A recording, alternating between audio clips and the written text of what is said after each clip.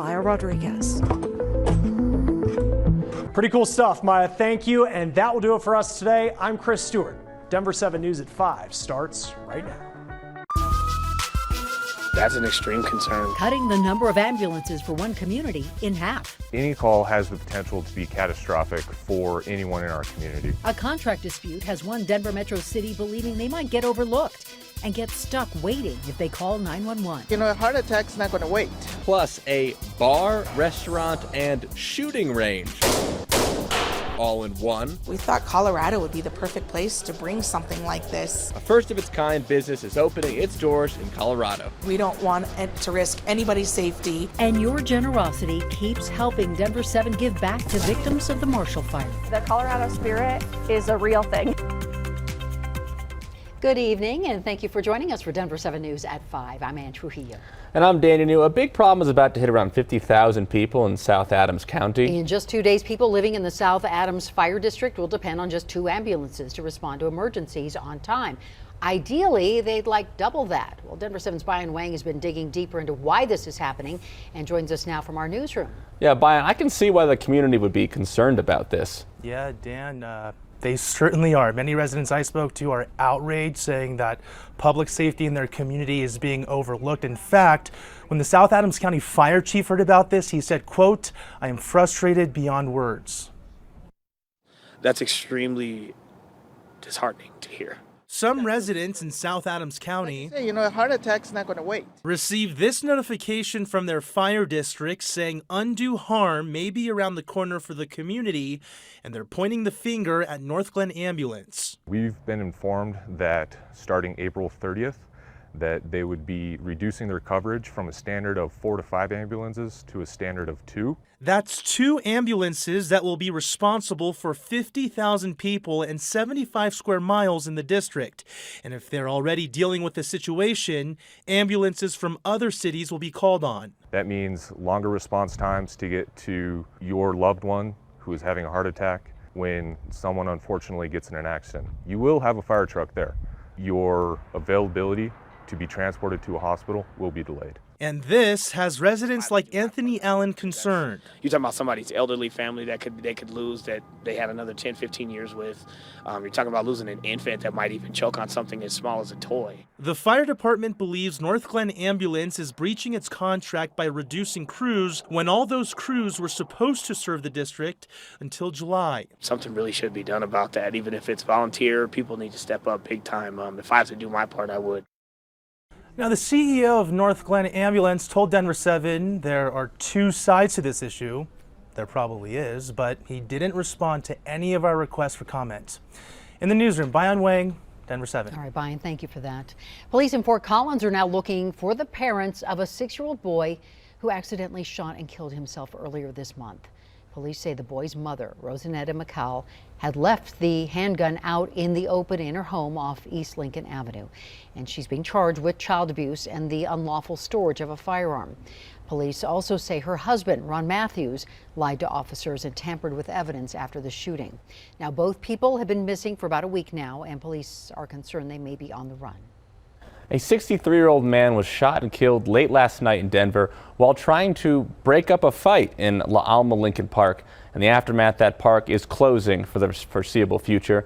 La Alma Park is just south of West Colfax and Spear. The city has now temporarily closed it, and they're working on figuring out when the park can reopen. Police do have a 24-year-old suspect in custody for that shooting. Right now, we are working to learn more about the victim who was killed. We'll have that story tonight on Denver 7 News at 10 after the NFL draft. New at 5, equine influenza is now being investigated as the cause for killing dozens of horses at a wild horse facility in Canyon City.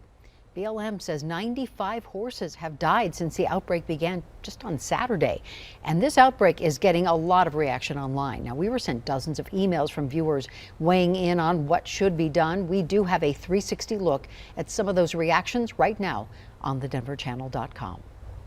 For more than 40 years, the governor's summer job hunt has connected high school and college-age workers with seasonal jobs in Colorado. And tonight, Experts from the Department of Labor and Employment, these experts right here, they will be answering the Denver 7 call center line until 6:30, helping young job seekers connect to the resources that just might land them a fun summer of career sampling. Through the governor's summer job hunt, if people want to attend a virtual workshop or even an in-person workshop to look about how to fill out their application, to have a resume if that's required. These are all services that are available at no cost at the over 50 workforce centers we have across the state. So the number to call is 303-777-7492. Like we said, the experts will be answering calls until 6:30 tonight. So if you don't get through now, you can just call back after this newscast. It has now been nearly 4 months since more than 1,000 homes were destroyed by the Marshall Fire. Most families are still living in temporary homes, and debris cleanup only just began this month. But now, thanks to your donations that Denver 7 gives, we're helping restock supplies for victims. Denver 7's Russell Haythorne is joining us live at A Precious Child in Broomfield. And Russell, it really is an honor for us to have a role in letting these families know they are not forgotten.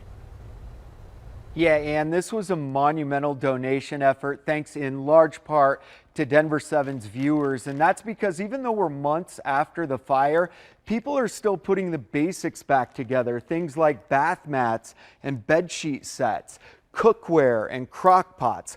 All of this is part of the rebuilding process.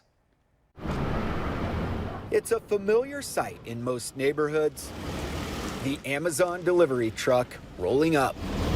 But this time is different. Yeah, we can get 2. This time, Denver 7 Gives and Amazon partnering to give back. This is one of the coolest things that we get to do. Denver 7 morning anchors Nicole Brady and Brian Sanders helping to unload more legs than back. $40,000 of new items ranging from bedding to toiletries, laundry detergent to coffee pots.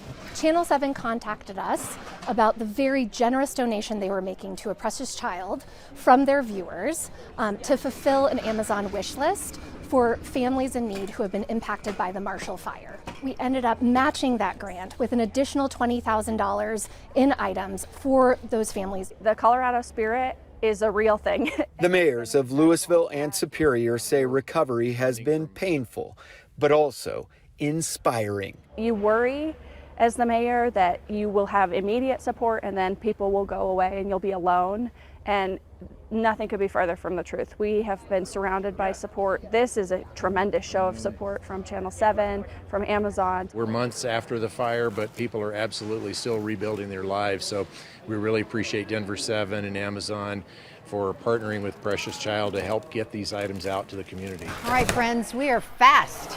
Denver 7 anchors Ann Trujillo and Shannon Ogden later helping to unpack, sort, and organize all those items. It's bedding right now. For the victims of the Marshall Fire, all of this matters. It's super devastating. Mary Ann Lasky says her husband got out with only a few boxes. He was able to grab a couple of boxes of photos and our daughter's baby keepsakes, and really that was it. Every single thing we had is gone. Whether it's individual people or local groups like A Precious Child, they have been the most helpful. A collective effort to restore and rebuild our community. It's just always amazing how resilient people are and how grateful they are, even when they've had such a tragic event in their lives. Precious Child is just one of the best. I'm really proud of the work that they do.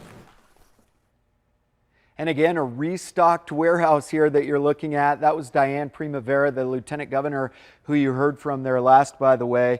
And all of this is so necessary, and especially because we're getting those new numbers from the Division of Insurance that 92% of the homes in the Marshall Fire were underinsured. Only 8% had full insurance. And what we're hearing time and time again from the victims is that any little bit helps get them back on their feet. We're live in Broomfield tonight. Russell Haythorne, and back to you. I know, such a great day, and yet important to remember that these families still need our help. Thank you, Russell, for that. Appreciate it. And remember, you can always contribute to our Denver 7 Gives Fund, and you can find it right now on our website, thedenverchannel.com. Just click on the tab on the top labeled Gives. The thing I'm most excited about is to see who goes first. Countdown to the NFL draft tonight in Sin City as the nation's top football prospects wait to hear their name called. Hopefully, I'll be gone soon from the draft, and then in and out, going out with the fam after that. So it's gonna be a lot of fun. We are live in Las Vegas previewing it all. And who needs a first-round pick anyway? The Broncos have their star quarterback and get to just sit back and enjoy tonight's show. And that first day, we'll watch Russell Wilson highlights. A beautiful warm day today, but a cold front is going to start to change things tomorrow. And the president goes on record saying he'll have an answer on student loan forgiveness in the coming weeks. I am considering dealing with some debt reduction.